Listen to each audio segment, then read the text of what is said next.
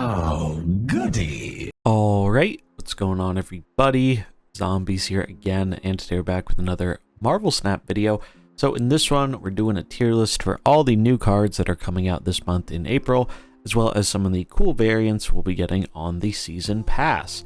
So a lot of neat cards that we have here. I think this is one of the better months for card releases in a while, especially with the season pass card Hitmonkey.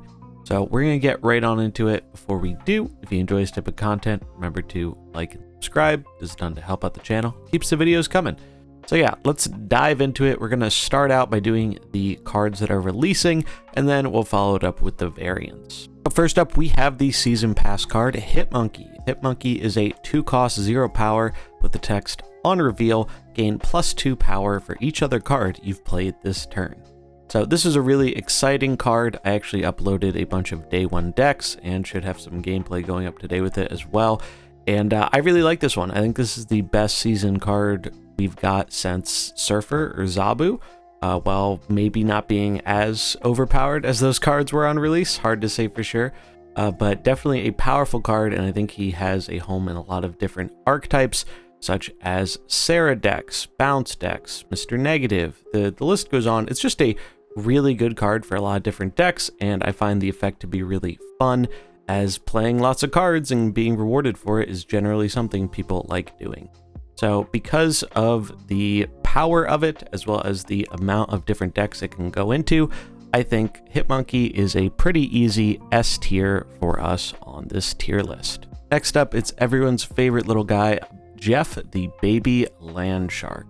Jeff is a 2-cost 3 power that reads, you can move this once. Nothing can stop you from moving or playing this to any location. So this is a really powerful 2-drop in my opinion, probably one of the better ones we've gotten so far. I think the 2-drop slot has been a little lacking for a while now, and that we have a lot of cards there that don't really see a lot of play, and I think Jeff is going to be a huge boost. Not only is he good for archetypes like Move, since we do have that free move effect, but he can complement other good cards like Angela, much as we've seen with Nightcrawler. And the second part of his text is where he gets really, really good. We did get some confirmation that you actually can put Jeff into the Space Throne, which is pretty cool, even if there's a card already there. So he basically just invalidates any restrictions from locations or restrictions from cards, mainly things like Professor X or Storm. So I think this is a very versatile 2-drop, one of the better ones released, and I think he's going to see a whole lot of play. So for that reason, we're going to be putting Jeff into A tier. Next up is Snowguard. So this one's a little bit more complicated, as it's kind of 2 cards in one. So Snowguard is a 1-cost 2 power. While in your hand, this transforms each turn into a hawk or a bear. We do have some confirmation on how this works, so the first turn in hand, she will go into a hawk, and then we'll rotate each turn. So what do the hawk and the bear do? The hawk is a 1/2 with on reveal, ignore all location abilities next turn, and the bear is a 1/2 on reveal, trigger the effect of this location. So some important disclaimers about how these cards actually work. The ignore all location abilities next turn is something that works for both you and the opponent, so you're not the only one who gets to get around location abilities. It works for both sides, which I think is a bit of a downside for this card, as I thought one of the big benefits would be, you know, getting rid of a negative effect that your opponent still had to deal with that turn, but it seems that is not the case. And then the bear, so the bear triggered the effect of this location. Now, another thing worth noting here that was confirmed is this will not re-trigger locations that are conditional on going off on a certain turn. So, for example, let's say Dream Dimension goes off on turn 5. If you were to play this, you know, earlier or later, it's not going to trigger it again. Same with Clintar and other ones that are about a specific turn. Those ones still have a turn conditional trigger, and the Snowguard Bear will not be triggering those. So a little bit disappointed to see that. I think we're actually going to split this one up a little bit, as I think the bear actually is a fair bit better than the hawk personally. But overall, I don't think either of these are all that great. I mean, they're okay, but I don't think they are 6K tokens great, that's for sure. Possible this ends up seeing play in some type of zoo archetype, but there are already a lot of really good cards for zoo, so I'm not even super sold on it finding a home there. So for Snowguard, I think we're going to be putting the hawk all the way down in the D tier, and then the bear I think is slightly better. So we're gonna put the bear up in C tier here. Really just, you know, a cool idea for a card, but I don't think it is actually going to be very relevant or see a whole ton of play, at least with the cards we have access to right now. And then the last card that's releasing this season is Stegron. Stegron is a 4-cost 5 power. On reveal, move an enemy card from here to another location. So I really like the design of this card. We do have some confirmation about how this works. It's pretty similar to Juggernaut in that if the card has not been revealed, let's say because you're going first and your opponent plays a card there, it will actually move the unflipped card, kind of like Arrow or Juggernaut does. I think this is a really solid card. We've seen pretty much all the cards that move stuff around, like Polaris, Arrow, and Magneto, even Juggernaut, all see a pretty good amount of play. It's a very powerful effect.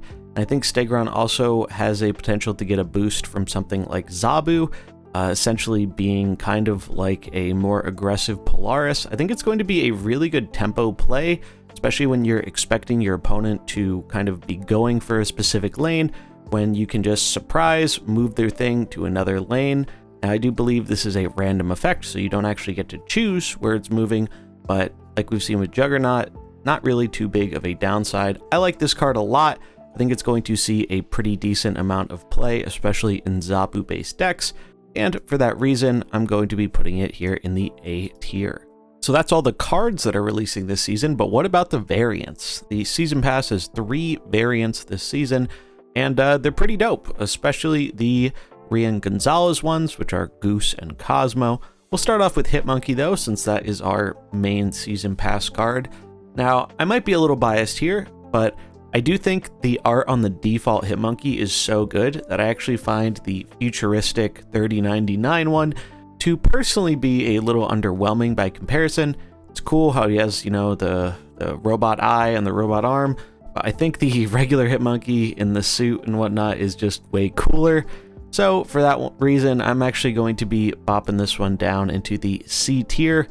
I think maybe if the default for Hitmonkey wasn't so good, I might feel a little bit stronger about putting it higher up, but I think because the default is so good, I'm gonna put it down here in the C tier. Then we have the Rian Gonzalez Goose. I love these arts. She does a fantastic job with the kind of watercolor style, and as someone who didn't really have a variant for Goose that I liked a whole ton, I'm really pumped that this is one of the Season Pass cards. Her style is very distinct, and I really like the kind of detail and the overly kind of cutesy aesthetic to it. So I'm going to be putting Goose up here in the S tier, and then following right along with it is going to be Cosmo too. I think I actually like the Cosmo slightly better than the Goose, but it's pretty close.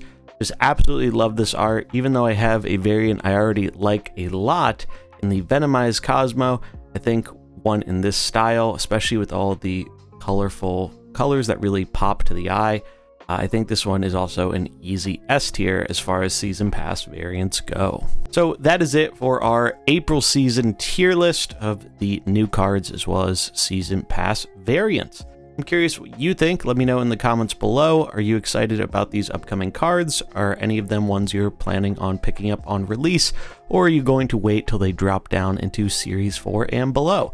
But that is going to wrap it up for this video. If you enjoyed it, remember to like and subscribe, and I'll catch you in the next one. Peace.